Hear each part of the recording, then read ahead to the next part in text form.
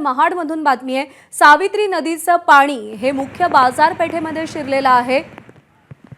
महाडमधली ही दृश्य आहेत। रायगडच्या महाडमधली सावित्री नदीचं पाणी हे मुख्य बाजारपेठेत शिरलेलं आहे। एक अत्यंत महत्त्वाची नदी रायगड जिल्ह्यातली।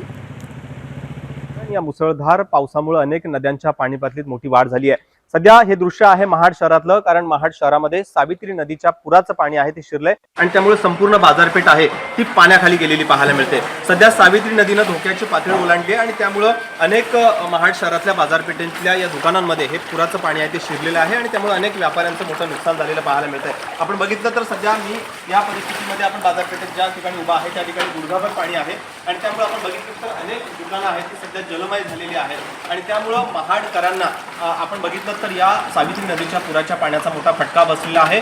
शिवाय महाड शहरातली अनेक वाहनं आहेत ती मुंबई गोवा महामार्गावर पार्किंग करण्यात आलेली आहेत। त्यामुळं सावित्री नदीच्या पाणी पातळीत आणखीन मोठ्या झपाट्यानं वाढ झाली तर संपूर्ण महाड शहर आहे ते जलमय होण्याची शक्यता आहे। सध्या आपण बघितलं तर महाड शहरातलं हे प्रमुख आपण बघितलं जाणारं हे मार्केट आहे आणि त्यामुळं हे संपूर्ण भाजी मंडई असेल, कपडा मार्केट असेल, असे अनेक विविध दुकानं आहेत ती या मार्केटमध्ये आहेत आणि त्यामुळं संपूर्ण दुकानं आहेत ती पाण्याखाली गेलेली आहेत। पावसाचा जोर वाढला तर संपूर्ण महाड शहर हे पाण्याखाली जाण्याची शक्यता आहे आणि त्यामुळं खबरदारी म्हणून बाजारपेठेतील नागरिकांना सुरक्षित आणि सतर्कतेचा इशारा आहे तो देण्यात आलेला आहे आणि स्थानिक प्रशासन आता महाड शहरात या पुराच्या पाण्यात अडकलेल्या नागरिकांना सुरक्षित स्थळी या ठिकाणी घेऊन जाण्याचा या ठिकाणी प्रयत्न करताना पाहायला मिळत आहे।